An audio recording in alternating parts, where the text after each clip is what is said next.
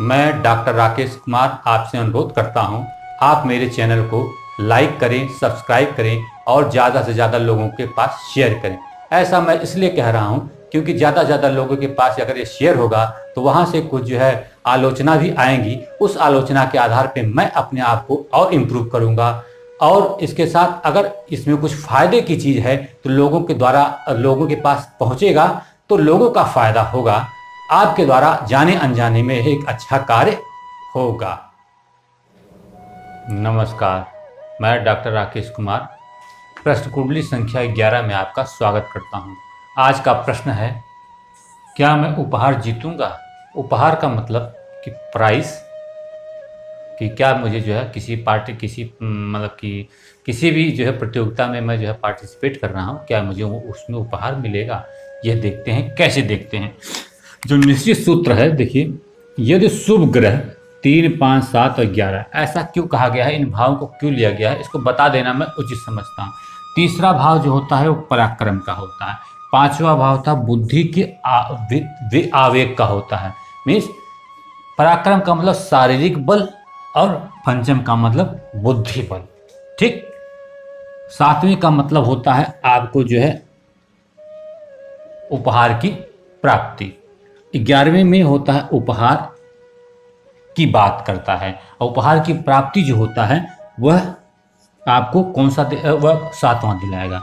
अब 11वें की बात हम दूसरे की बात हम करते हैं कि धन तो उस उपहार में होगा, इस कारण से हम जो है उपहार की बात करते हैं यहाँ पे। ठीक है, तो धन की बात।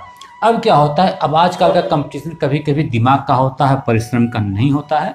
ठीक। और कभी कभी जो है हमें धन की प्राप्ति ही मान सम्मान ही मिलता है और कभी कभी हमें धन मिलता है। तो इसलिए इन भावों को जरूर देखना चाहिए। अगर ये भाव हमारे बली हैं, इनमें कोई पाप ग्रह नहीं है या कोई ग्रह नहीं है या उसमें हो तो शुभ ग्रह हो। ठीक है। और द्वितीयेश, नवमेश, एकादशेश। द्वितीयेश की बात हो गई धनेश के रूप में, नवमेश की बात हो गई, ठीक है, नवमेश की भाग्येश के रूप में।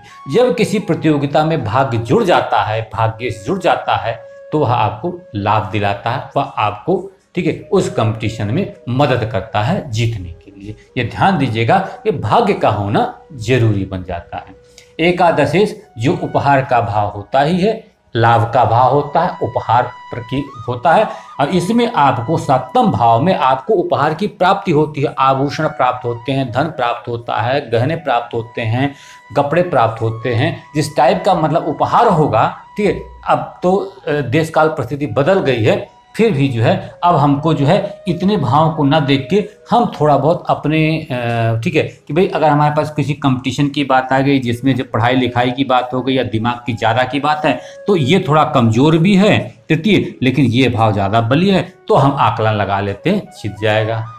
ऐसी बातें आपको अपने विवेक का यूज करना पड़ेगा। प्रत्येक डिसीजन में सूत्र भी होंगे, प्रश्न भी होगा, लेकिन ज्योतिषी का विवेक बहुत काम करना चाहिए। बात ध्यान दीजिएगा, आपको सब पता है, बहुत ज्योतिषियों को बहुत सारे नियम, रूल रेगुलेशन सब पता है, बहुत अच्छे ढंग से पता है।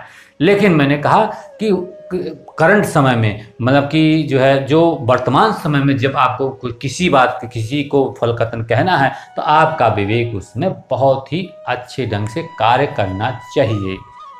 तो कुल मिला के यहाँ पे बहुत ज़्यादा कठिनाई की बात नहीं है। हमने कहा, ठीक है, कि भाग्य का होना पहले जरूरी है, फिर आपको लाभ मिलेगा तो आप जो है उपहार तभी जीतेंगे, फिर द्वितीय से धन की बात कर लेते हैं। तो कुल मिला के हम इनमें एक दो चीज़ें कमज़ोर भी हों, लेकिन किस टाइप का कंपटीशन है, किस टाइप के कंपटीशन में आप उपहार जीतने की बात कर रहे हैं, इस पे भी ध्यान देना पड़ेगा। आपका विवेक उस समय कितना कार्य कर रहा है, ठीक है। और आप ऐसे प्रश्नों को कैसे सॉल्व करते हैं, यह अनुभव भी बहुत बड़ी चीज़ होती है। तो इन चीज़ों को आप प्रैक्टिस करें, प्रैक्टिस कर करके अनुभव प्राप्त करें, तभी आप अच्छे ढंग से फल कथन कहने में योग्य होंगे। तो आज के एपिसोड में इतना ही।